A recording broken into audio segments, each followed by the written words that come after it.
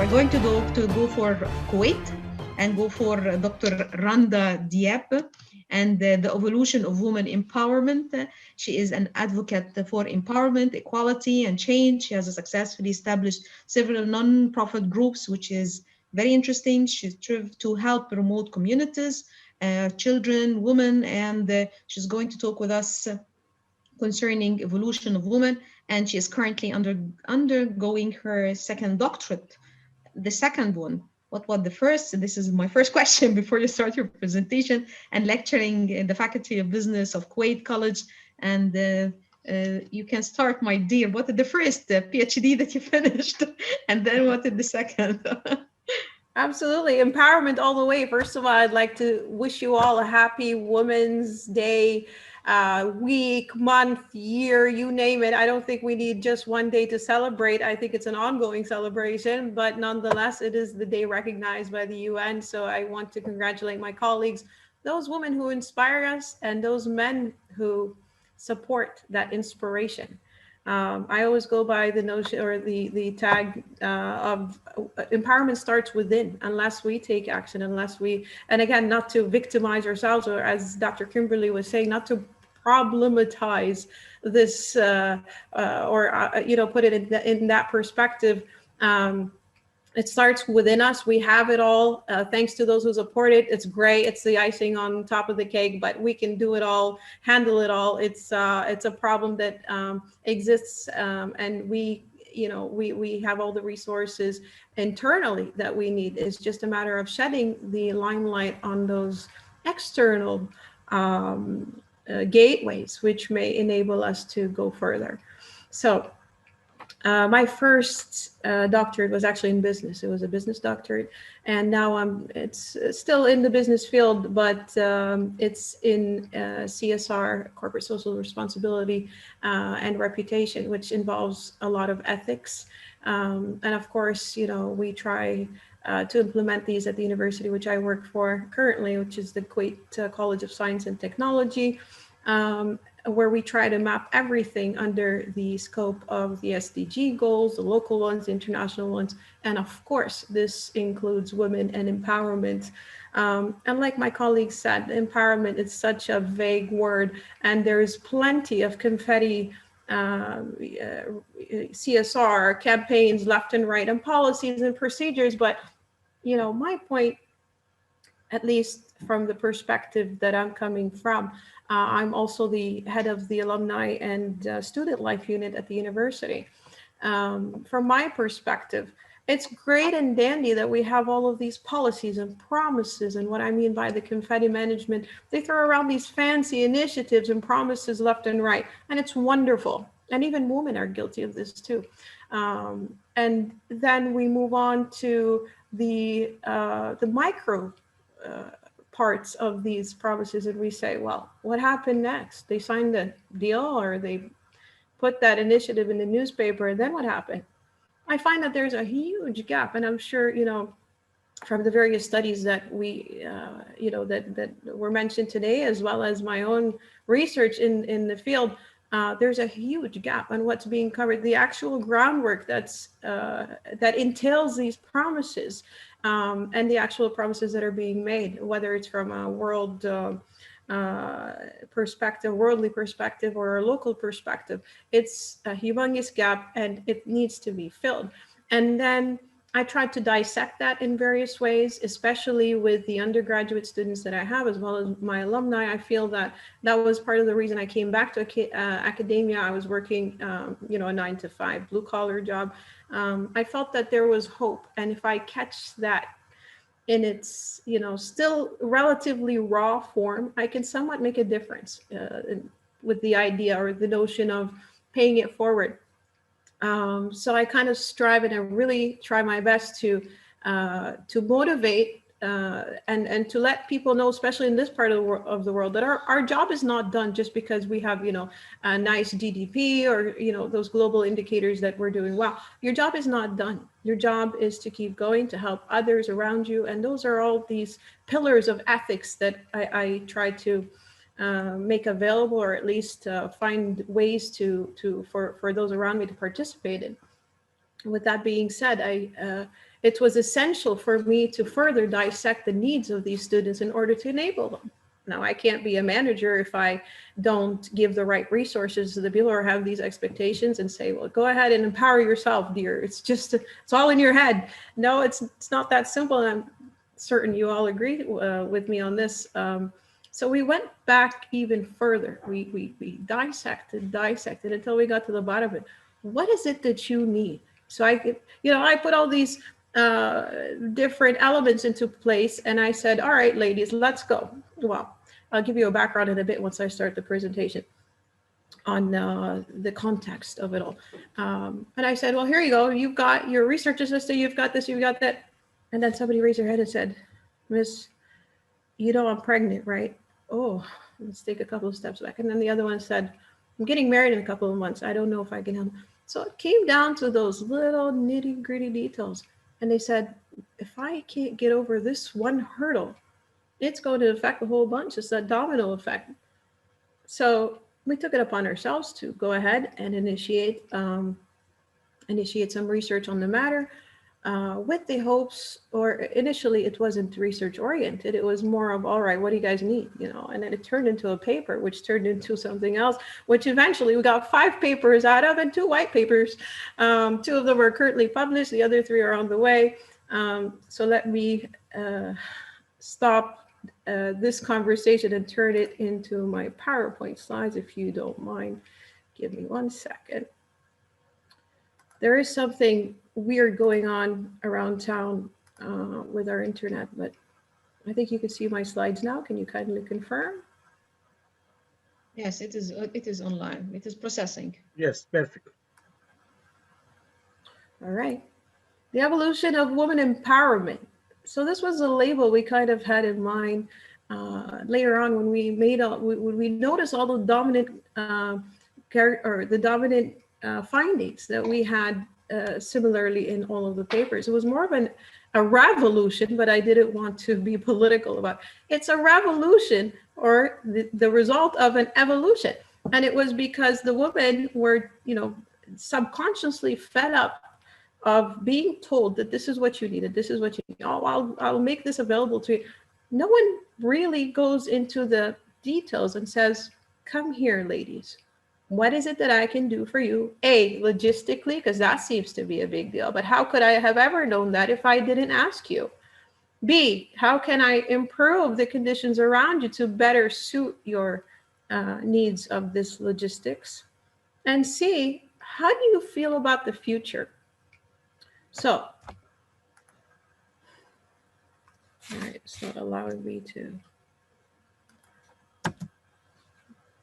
Fact-based decision-making, that's where we were headed with this. We said, and this was especially clear during the pandemic, because you'll see within the context of these slides, we started off with one thing and we ended up with another. And then the pandemic hit, and this crazy whirlwind turned into something even more beautiful than we initially wanted it to. Fact-based decision-making is very important to move the global learner. We're learning that these students are no longer local. They've got access to everything, especially with going online. We need to take them into consideration.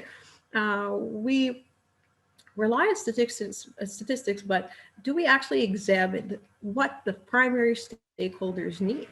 It's great. We see it in papers, we see it as initiatives left and right, but what is it that we need to emphasize in order for these women, especially my Middle Eastern women, especially those in the GCC, with conservative upbringings, with mentalities that are light years away from their technology, and there's a lot of conflicting sentiments. So we decided to explore it a little bit more. What is empowerment? Here is the mumbo jumbo of conventional thinking. Boost her self-esteem, shut down negativity. Really nice, thank you. I appreciate the topping or the icing on the cake. Lead by example, mentor. I know a couple of my colleagues mentioned this. Yes, get yourself a mentor. Of course, we are going to mentor one another, but that's not an easy task either. Support women-run businesses. Yeah, this is all the nice, fun stuff that we hear. We're not saying that this is not essential, but we're saying that we need to peel off these onion layers and get to the middle, get to the actual nucleus. What is it that's stopping us from getting there? What is it that we can do ourselves, or we can call for, or we can instigate more in order for us to climb or reach the potential that we can? I'd love to see these comparisons of a top-down approach as opposed to a bottom-up approach. And I wish we could fill that gap, and that's the gap that I feel exists, and all literature does, and most of the findings from world organizations do. Yes, we've got promises, we've got a lot of legwork, a lot of groundwork to cover. The bottom-up approach is going to help us fill that gap. What do we need? What do we actually need on the ground? In the same way that I think when I approach my the remote areas through the NGOs that we help out.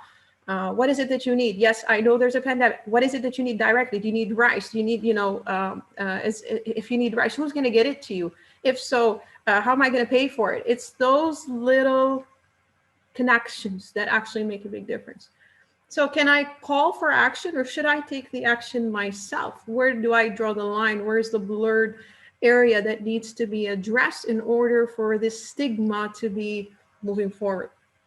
Empowerment, this is one of my favorite definitions from the academic definitions of empowerment. Empowerment is an active, multidimensional process. Active means it continues to change and enables women to realize their full identity and power. And I think women can do that absolutely on their own, but of course, there are plenty of resources missing. And I think that's the part that we need to address. So what are the changing needs of women in higher education precisely? Just because that was the route that it took once we started investigating. How can we approach policymakers to make the necessary changes without compromising fairness? And that's the thing. As my Dr. Kimberly mentioned, it's always one thing to the other. Oh, women match up on one part of the agenda, and then somehow something else starts leveling up, and this becomes the most important element of what we choose, or how we choose leaders and whatnot.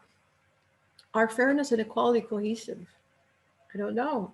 Are they? Who will benefit if we make those changes? And of course, we all know the saying that if you teach a man, you teach a man. If you teach a woman, you teach a whole village, or a whole generation. What was the objective? The objective was initially to have a focus group of undergraduate women to analyze the personal journeys during their educational years, their struggles, their triumphs and ambitions. This was the first paper that we started off with, after realizing that even though we've had all of these nice plans and positive thinking, they were still struggling. So we decided to go into the nitty-gritties. Here's a little profile of who KCST is. We've got about 68% STEM females in our on campus, which is quite it's quite positive, especially in this part of the world where women were traditionally led to believe that they're homemakers, and this is their only this is their scope of the dominant scope of their existence. But nowadays it's ever changing. It's changing faster than we know.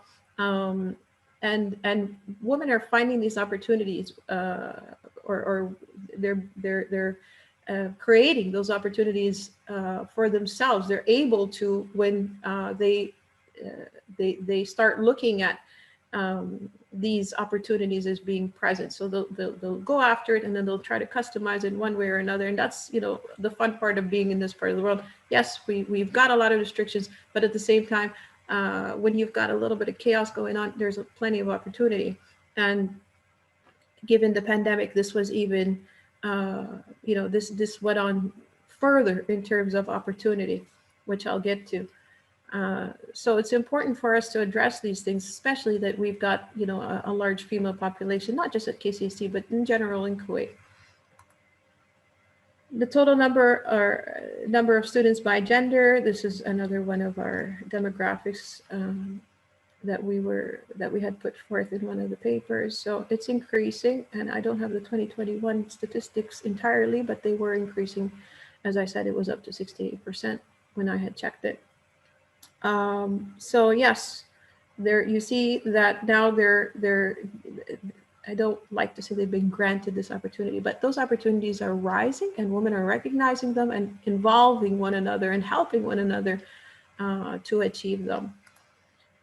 Pandemic woes. All right, so we started going into one direction and saying, oh, woman, what do you need? Empowerment. Let's see, what is it that you need in order to succeed in your undergraduate studies? So a couple of women suggested that we have, for example, an on-campus daycare. Simple as that may sound, and I'm, women who've had children, the struggle is real when it comes to these things, especially when you're studying. And times have changed. You can't traditionally, the woman, the Arabian woman would have help from her mother or the in-laws. It's a lot of social traditional sentiments that go into this. But nowadays things are changed. Life is changing. Expectations are changing. Or at some point we were.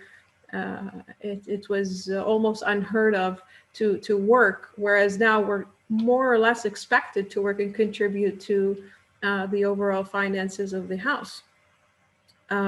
So dissecting these dilemmas, we read into the pandemic. So we turned it into another paper, and which took into consideration the social and emotional impact of the pandemic on women, precisely because they were having they were being impacted in many more ways than men when it came to the lockdown and the pandemic situation. So here's another paper which found some pretty interesting things. Is our online live classes more effective than pre-recorded classes? Yes, of course they are. The majority answered. Online learning is more effective in comparison to the classroom. The majority was neutral to totally agree. Online classes are interactive and dynamic. Okay, we understand that they're not. The current online tools are effective. They're not as effective, but women are making the most of it. This is one of the outcomes that we had. Motivation and optimism. Optimistic about my future. Here is an interesting one. I accomplish more. I can concentrate more at home than I do in the classroom. And most of our participants said, no, I can't concentrate more at home. And that's understandable. Of course, this is the population is all undergraduate women. Obviously, you've got a full house of people. We've got many who live with their in-laws. This is tradition. They live with their in-laws in one part of the house, or they're only allocated 1 or 2 bedrooms. And these are the unspoken things. These are the things that we know on a regular basis living here in Kuwait or in the Middle East. But, how do I compare it? Or how do I align it with the conventional learning mechanism? I still expect them to function as if they have a whole classroom in their house, or they've got their own quiet space. But the reality of the situation is different. Now you go down to the last one. You say, you look at this finding. I accomplish more at home than I do in the classroom. And most of them said true, although they cannot concentrate more at home, but they're able to accomplish more. Where's the distinction? I can allocate myself my own hours. That was the distinctive part. So, okay. So if I give you a little bit of flexibility, you're able to accomplish more. Great. Why should I not? Or why shouldn't I think about productivity rather than the number of hours that you're supposed to fulfill?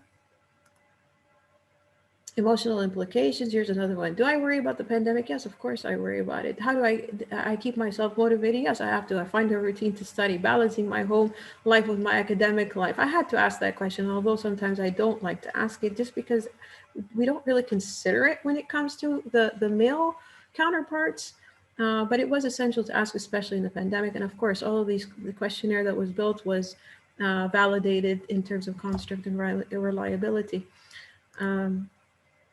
So for me, it took a pandemic for us to somewhat normalize parenthood. It took a pandemic for us to actually, find or consider that there are other elements to this female coming into work every day. There's plenty of dynamics going on. It's not a one-dimensional thing. There's plenty of things going on. It took a whole pandemic for us to normalize somewhat the fact that we have kids. So if I'm lecturing at home, you hear a sound, and if you did now, I apologize. It's my kids, and this is parenthood. This is what it entails, and I think it's somewhat became normalized during the pandemic. It shed the light on the advantages of e-learning. This was one of the things that we found was an opportunity for us in the future. It gave way to the impossible. Those women here in my part of the world who thought that they had to sit at home and they couldn't make it to a classroom due to their responsibilities. This pandemic made it possible for them to attend and to be part of this, global network of learners, ever so much more than before. Some of these observations, more than 80% of these women claimed that it was childbearing and motherly expectations which led them to leave their studies. They usually come back within 5 years. That's what we found, because here, the age for marriage and childbearing is usually between 18 and 25. So you'll find a lot of younger, what we or what the West would call adult learners. They're a little bit younger than that here, where they had to put off their schooling for to fulfill their social obligations. Motherhood, this is all of them kind of agreed to this. Motherhood either makes you or breaks you, and I didn't like hearing that. And then I looked within and I thought, yes, I could have definitely caved in and said, no, I can't do any of this now. I've got my children, I've got my social obligations, and it's a decision that I personally had to make, and it took a long time to turn that around and say, no, I can do it. I'm lucky to have to be surrounded by women who motivate me, and they've made it as well. They're very educated, and they've gone far with their education. So I was lucky to have that. But I went back and looked at my personal experience, and I said, yes, it was very easy and very excusable for me to have said, oh, hands off, I'm a mom now. So I did understand it, although unfortunately that's how they found it. Broke my heart. Suggestions for empowerment. Changing modes of engagement. This was what they wanted. And this is pre-COVID. They said, just give me a chance. If I miss a class, or if I don't punish me, enhance the learning experience, give me some flexibility. So for me, or for these women as well, e-learning or the pandemic provided an opportunity. Let's not lose that rhythm. Let's not completely eradicate the idea of e-learning, which was frowned upon initially in this part of the world. In most cases, it was not accredited. But now that it's obviously the main point of contact with the students, it's definitely an opportunity for women. Logistical support, allowing more women-only dedicated spaces for gatherings, comfortable seating. A lot of these women complained as well about the womanly aspect of biology and whatnot, the physical aspect of being a woman. A seating area, perhaps an area where they can, allocate a little bit of time for their personal needs, whether it be for childbearing purposes or something so simple as a rest stop for, I'm trying to be politically correct, for those who have recently given birth. It was suggested that the seating area mimic a diwaniya. We've got plenty of those around town for men. Diwaniya is more of an informal gathering, and it could be as simple as a cafeteria area, or a tent, which we normally have in a lot of the local settings, where they can just socialize. A couple of them also suggested that they could start their own nursery on campus to help one another, as they would their own cousins. For example, if somebody had a class and the other had a break, they can leave their children with them, just as long as there was an area and somebody to proctor over them. I was lucky enough to be able to propose these ideas to my university, and they've actually did allocate a room for specifically for women and those who have conservative ideologies, and those who just simply felt comfortable being, in their own space. I think at some point somebody described it as positive discrimination. And I didn't see it that way at all. But this is the socio part of this whole equation. How, go back to the basics. Is this fairness and equality? Is this, how do I go about it so that it doesn't seem like it's not?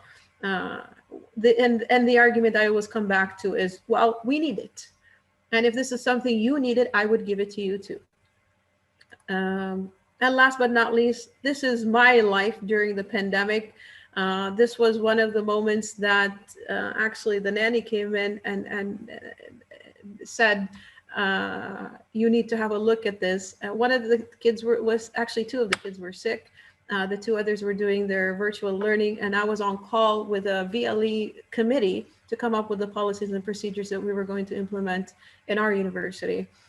So I definitely understand the woes and the needs, the small needs of these women that, mount up and could really, make an impact. And therefore I push, and I will always be an advocate to address them. And at the end of it all, we achieved all of these papers. It was actually publications. I also have 2 books. One was just recently published, as well as a weekly newspaper column, which supported, in the general, it was in support and acknowledgement of what was going on during the pandemic. So yeah, time is not of the essence. Time is all in here. It's a matter of perspective. And that's what we push for, whatever resources that we can put forth to the students, to the women in general, to make them global citizens. That's what it is that we were going to push for. Women empowerment at a glance. Give her a voice. Make sure you hear it. Give her the right resources necessary to succeed. And again, give is not the right word. Perhaps enable or support when needed. Let her decide her own fate. I hear a lot in this part of town where they say, women can't do this, women can't do that. It's not up to you to decide. You can just hands off and let me decide whether it's for me or not. Diversify policymaking tables with my presence. And it's not just, as Dr. Kimberly said, it's not because it's economically viable. No, diversification is healthy. There are different points of views. There are different elements which need to be addressed from different experiences. So this is something that we're pushing for as well in our local environment. Provide her with equal opportunities. Equal opportunities is not necessarily a clear-cut form. You have to listen. You have to ask for feedback and allow feedback, and not turn it into a problematic equation.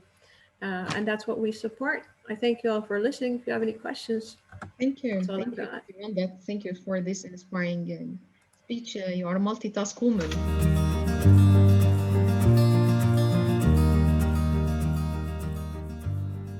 For me, education is the key for my future.